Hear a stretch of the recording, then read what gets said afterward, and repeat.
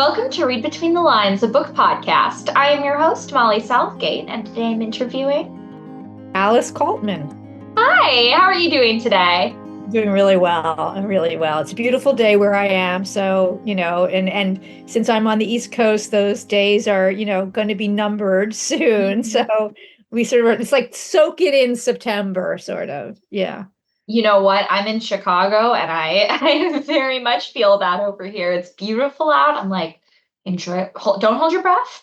Enjoy Right. it while it lasts. Yeah. Yeah. So can you tell me a little bit about your writing? Well, my writing, I've done a bunch of different kinds of books. I started writing a little later in life than a lot of writers, I think. I mean, I started sort of playing around with writing when I was about 40. I didn't have my first book published till I was, oh God, I think in my 50s. I think I might have even been 58 by the time the first one came out. But since then I've had two young adult novels published, two short story collections, one literary novel, and now a graphic memoir. So sort of all across the board, it's been a lot of fun. That is amazing. So what made you want to start writing at that point in your life? Well, I was a dancer originally. That was my first creative pursuit was as a dancer. And that sort of segued into, I've always sort of like added on careers. I've never like stopped doing the thing I did before, but it's sort of like they kind of like dovetail into each other.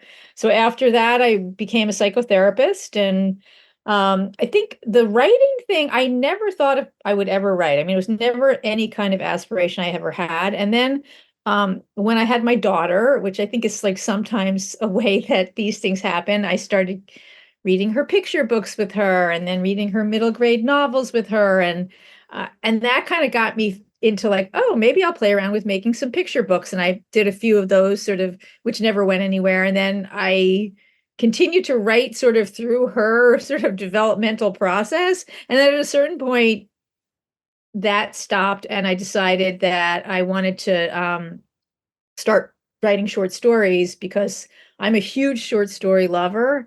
And I actually felt like it is harder. Sometimes I still feel this way that sometimes it's harder to write a really great short story than it is to write a novel. And it might take less time, but the intensity and the kind of skill and artistry that have to go into making a really great short story like is fascinating to me. So I started doing that, and that really sort of is the thing that got my sort of writing quote unquote career going was when I started writing short fiction. So Well, with short stories, I feel like it's such a drastically different skill set. And you can be the most brilliant novel writer and then not know how to write a short story. And you can be a brilliant short story writer. And then when you're looking at a novel, you're like, this is not, doesn't click with me at all. right. Yeah. So what does that process look like for you when you're writing your short stories?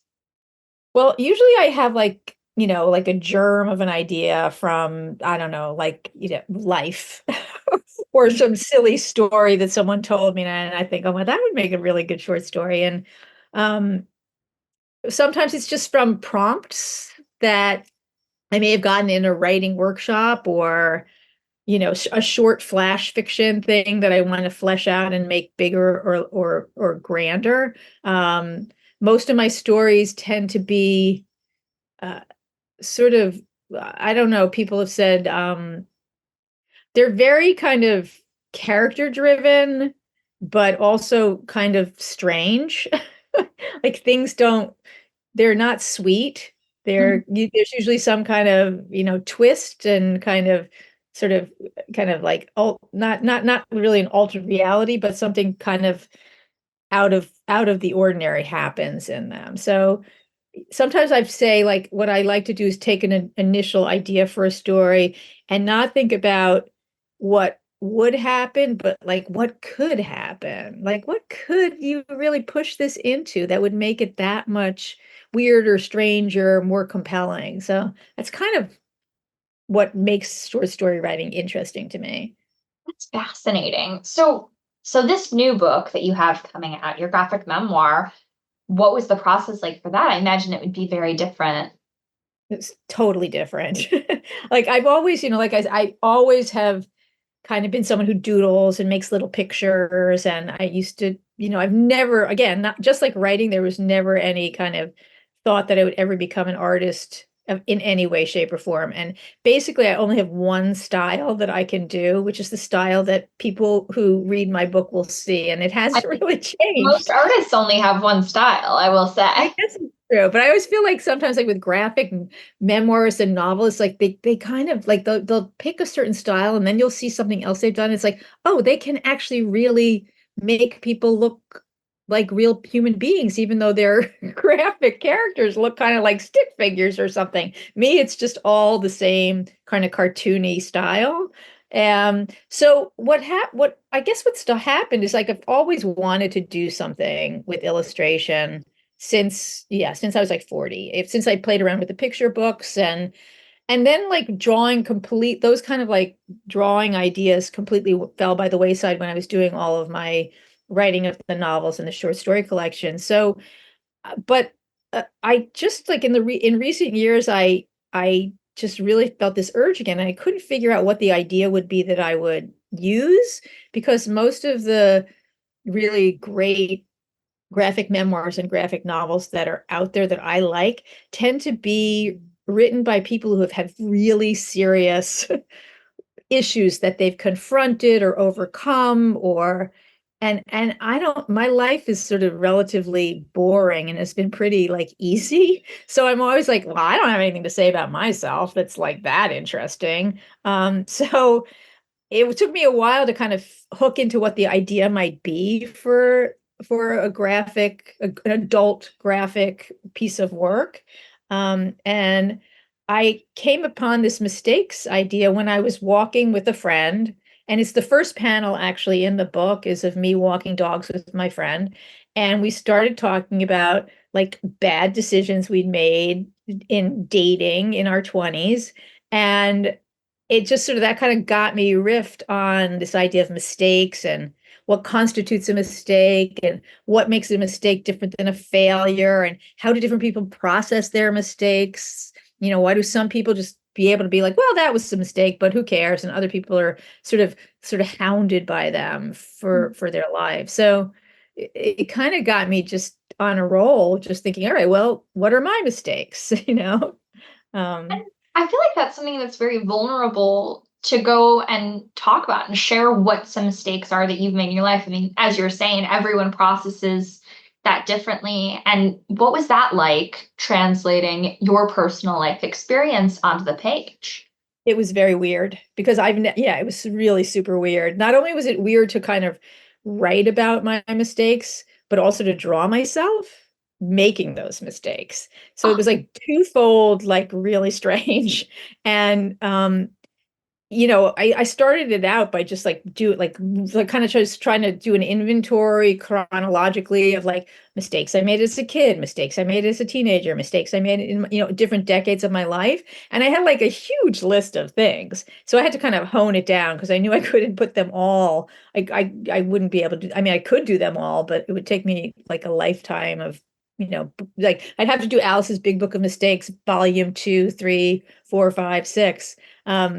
But yeah, no, it was really different. It was this book was a completely different process than anything else I've ever done. With my novels, I sort of have I'm not, I guess I'm an outliner. Like I have a kind of basic framework usually, and that changes as the book evolves, but I definitely have a certain idea of where I think things are going to go.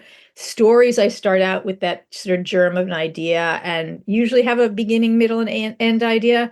With this, it was just like list all your mistakes, pick the ones you want to illustrate, do like a little storyboard, quick, line drawing thing of how the panels might look, and then draw it. So it was also different because the writing, I did not hone the writing at all. The writing was very much just off the cuff what I just thought.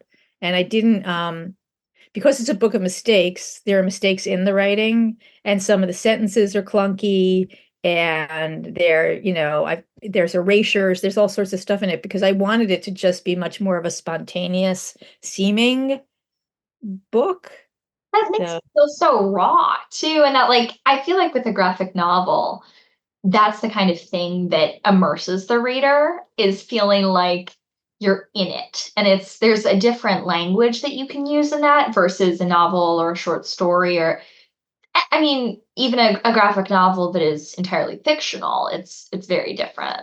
yeah, totally, definitely. There's something else that can happen, particularly when you're not just depending on the words to tell the story. Like when there has to be this sort of blending of the image and the words to make it compelling or interesting for people to keep wanting to turn the pages and find out what's next, right? So, well, with that being said, how did you decide which mistakes to use and where you would find that blending?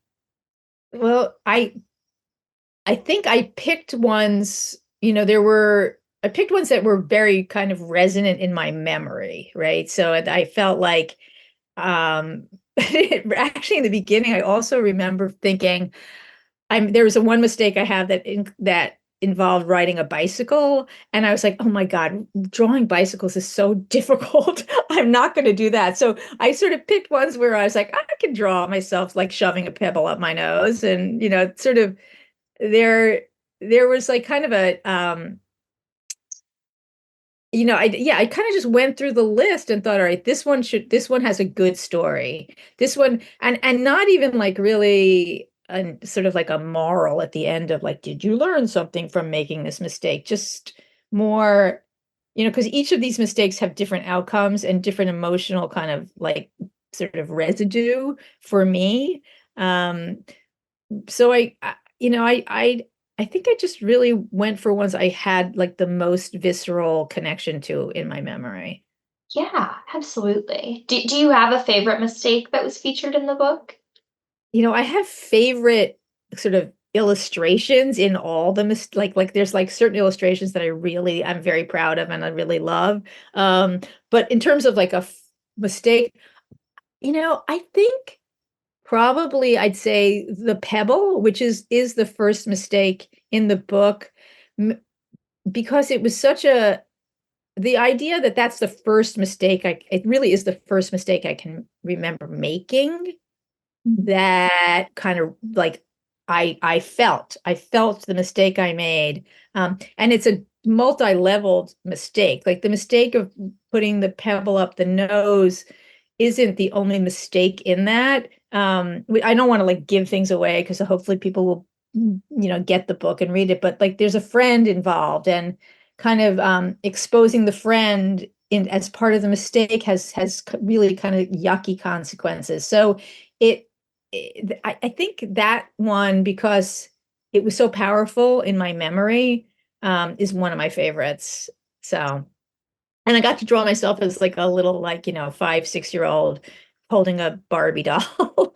So, That idea too of like drawing yourself at all of these different life stages and looking back at things that you've done and like where you've been in those times, you know? So earlier you were mentioning that you've read a lot of these sort of graphic memoirs. Can you share some of your favorites? a few of my favorites are, well, there's Julia Wirtz is someone whose work I really love, and she's written a bunch of graphic memoirs, and her most recent one is called Impossible People, and it's about her getting sober. So she had a serious drinking problem, and actually the first book of hers that I ever read was called Drinking at the Movies, which she wrote when she was in her 20s. And then she's had a really kind of pretty successful career and writing other ones along the way. And this most recent one is really powerful and kind of, again, she deals with this serious issue, but with like with a sense of humor. Um, I'm a big Marjane Satrapi, Persepolis, and all of her books I think are incredible. Alison Bechdel, of course. And I have, well, Kelsey Urvick is someone who's written a graphic memoir about her kind of she's a very serious soccer player, as growing up, and it's sort of she wrote this book that's about Title IX coming into women's sports. So it kind of goes back and forth between her own experience and sort of historical things, which kind of I love. Um, what I think I forget what her name is. I think it's Mariko. Oh gosh, Tomiko, I think. Oh God, I can't remember the This spelling. name sounds so familiar. What's the book? Oh God, it's a book about this girl. It's like a girl going somewhere in the summer with her family, and her parents are kind of sort of struggling in their relationship, and she befriends this other girl, and it's just such a kind of perfect, resonant. I wish I could remember. Is it about the one and they're like at the summer camp cabin living Yes, together and they yes, keep watching all the horror movies and scaring yes, yes, themselves? I yes, love that yes, graphic yeah, novel, and I yeah, also cannot think of what it's called. But right, hopefully, I was trying to Google too, and it wasn't. right. But hopefully, anyone listening to this knows, and we Oh can yeah. put it in the notes of the episode so That people. would be great. I mean, I actually turned someone onto it. Actually, another amazing graphic memoirist is Robert James Russell, who has his first book coming out. I'm saying all these people who actually blurb my book, but that is like part of why I love their stuff. Um, no, I mean I love their stuff, and I was very honored that they wrote blurbs for me. He's got a graphic novel coming out in 2025 about male body dysmorphia, and he's does beautiful work. And I can't believe I can't remember the name of this book that you and I are trying to think of, because I told him about it, and he was like, "Oh my God, I don't know about this one. This is amazing." I was like, I felt really good turning him onto it like over a year ago. Yeah, I think who else? I mean, those might be the main ones that I can think of. Fascinating. Well, now I've got some new recommendations for sure. Thank you. I will check those out. I'll talk about graphic novels any day, as I'm sure any of the listeners know on here. So, talking a little bit more about your writing, what are some things that you do to get into the proper headspace? Well, I'm only good really in the beginning of the day to kind of generate new material. Like if I'm writing and not doing illustration work, I'm best like 8 to 11 in the morning. And um generally I can't have any distractions. I can't sit in a coffee shop. I can't listen to music. It's just got to be me and my computer and like the document open. Mhm. Um, so that's one thing I need. And I need quiet, and I kind of both the desks that I work at face walls basically. They don't like, I mean, I don't look out at a view even though I could. I'm just like that would just be too distracting. Um, so a quiet place, and then I run. So a lot of times when I'm trying to work out anything in a story, if I have a specific thing I need to work out and I go for a run, I often during the run figure out what it is I need to do or want to do. So running is really a powerful tool for me for my writing. And I do other kind of sporty type things, but never like I swim regularly, but I never have the same thing happen swimming as I do when I'm running, which is real. I think there are other writers who have this.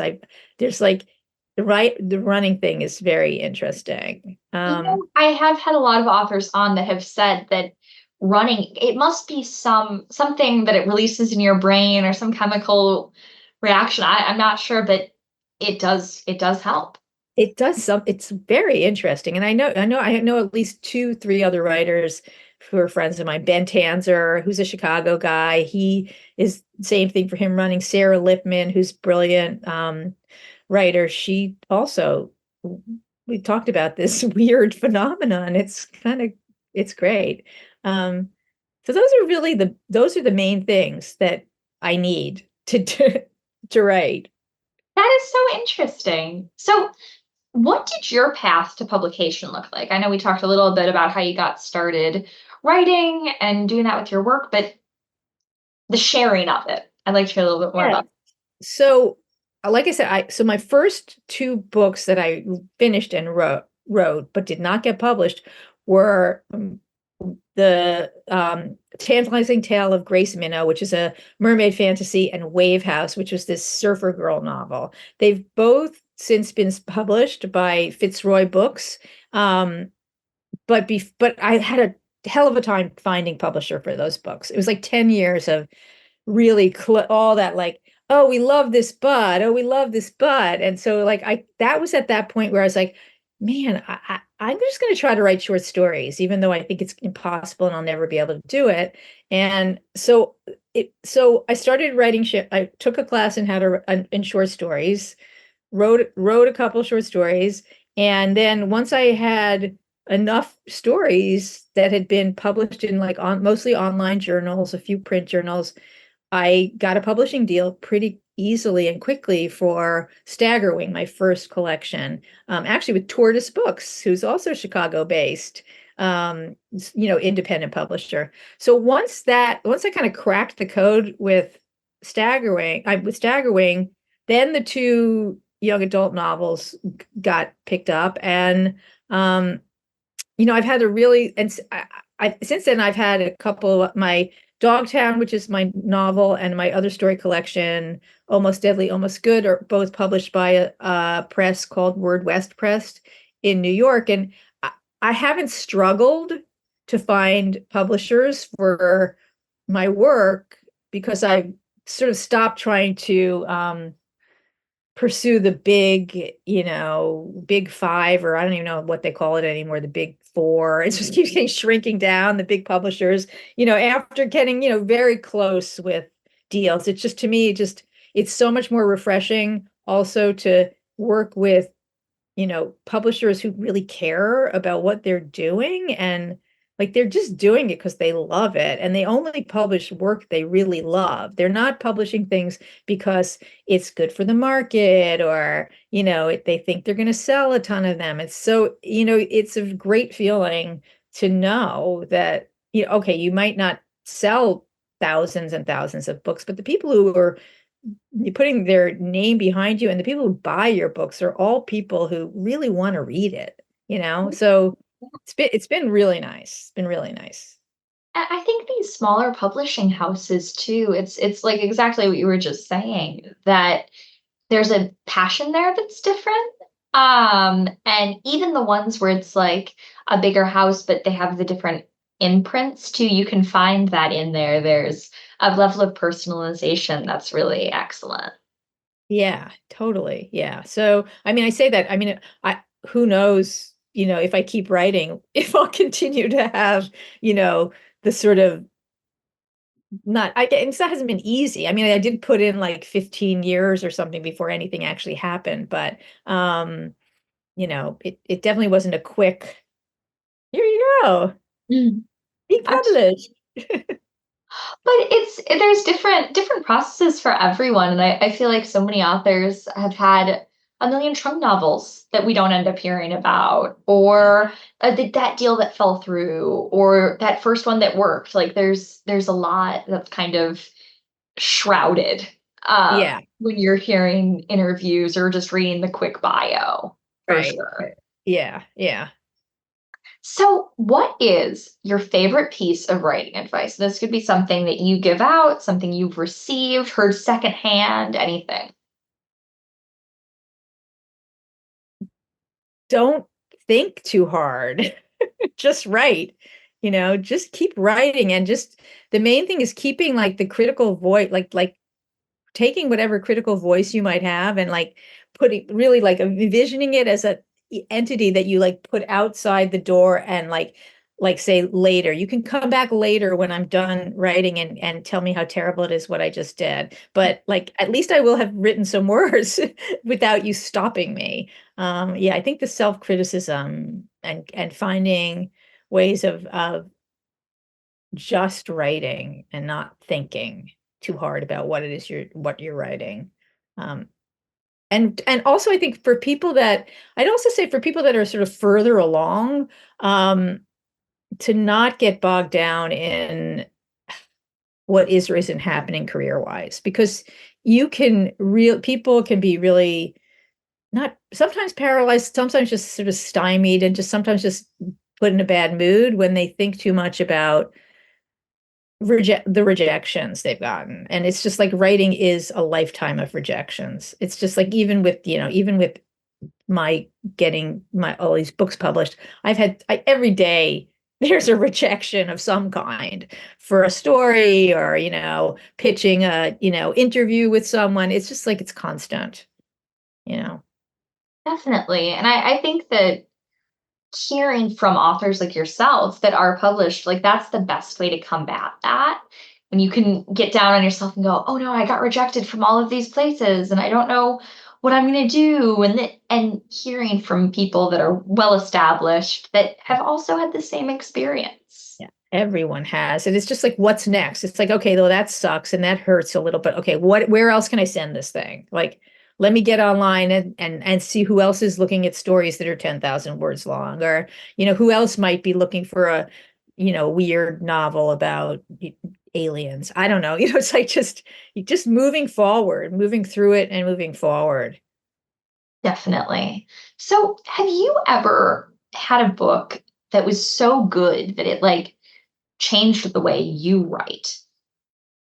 Yeah, that's an interesting question.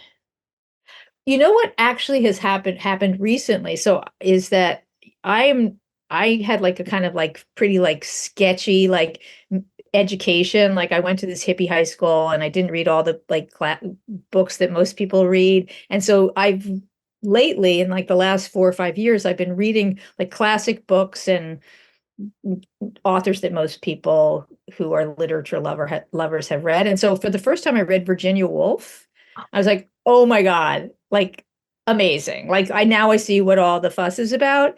And after I think I read To the Lighthouse and Mrs. Dalloway. Or Hmm. yeah, I think those are the two that I read. I wrote a very long short story that was kind of like the voice was much more interior than what I usually do. So it's from the point of view of like four different characters, but it's all just like what they're thinking. There's no like it's and any kind of action is very kind of just in the moment, or it's not like there's no descriptive action. It's very different kind of writing, and I'm very proud of it. And actually, that is also going to be published as a novella, which is very exciting. Yeah, yeah. Next, Congratulations. yeah, like with when they're WTAW Press, which is based out of the Bay Area, sometime in 2025. It's gonna, yeah, I'm very happy because it's like this. It's gonna be this nice like little book. It's like a historical fiction novella. But that was very much inspired from reading Virginia Woolf. I mean, it's not like her writing, but it got me in that kind of headspace. Like, oh, you can write just by about being inside someone's head. That is so cool. And I think that's such an important thing for any type of artist. And this can apply to like writing or music or filmmaking, anything. It's like when you're immersing yourself in other artists' work, it comes through and Total. it's not copying because it enhances what you do. Yeah, And yeah. that it just makes your voice richer and adds more depth and takes you places you didn't know you could go. Yeah, yeah. I mean, I'm sure there are other things that have influenced me without me even knowing it. Like, but that was very specific. Like I knew that that was sort of something I wanted to try to do. Like I was like, I want to try to like be inside these people's heads as they're kind of mulling over things. And so yeah, so that it has happened. That is fantastic. All right. Well, I just have to say, I have had the best time talking with you today. Thank you so much for coming on. That was great talking to you too. I only have one more question, and that is, what do you have coming up? Well, aside from the, WTAW book, which is called Mother and Daughter Sit for a Portrait, which is, it sort of was also an ekphrastic prompt for myself. Like I found this old photograph. So that's a way I get into writing too, to actually to go back to your other question about what do I need. Like sometimes when I don't have an idea, I'll look through books of photographs And that sort of prompts me and to get started. But aside from that, I don't really know what's next, which is kind of interesting. Like, I don't know if I want to write a novel. Do I want to write a I mean, I've got some short stories I'm working on, but I don't have any big projects. I'm This is sort of also an waiting. exciting place to be in. Yeah, it's kind of cool. It's like, but like it'll be cool when the light bulb really like lights up again too. So, yeah. Well, that is amazing. Everyone listening to this, please go check out all of these fantastic short stories and graphic memoirs and everything we talked about today. Thank you again. For Read Between the Lines, my name is Molly Southgate. And I'm Alice Kaltman. Let's end this the way all great stories end. Happily ever after, the end. Thank you for listening to Read Between the Lines, a book podcast. You can follow the show on Instagram and Facebook at Read Between the Lines Podcast and on Twitter at RBTL Podcast. Make sure to follow the authors who I've been talking to hear all about their upcoming projects, and also because they're cool people. This show is hosted by me, Molly Southgate, and produced and edited by my dad, Rob Southgate. Read Between the Lines is a Southgate Media Group production, and you can find all the great content put on by the network at southgatemediagroup.com. You can read the story of how I and many other podcasters started in the anthology book Pod Life, which you'll find at the link in the show notes. Also in the show notes are links to buy the books featured on this episode. Using those links supports this show and the incredible authors being interviewed. Have a great week and keep reading.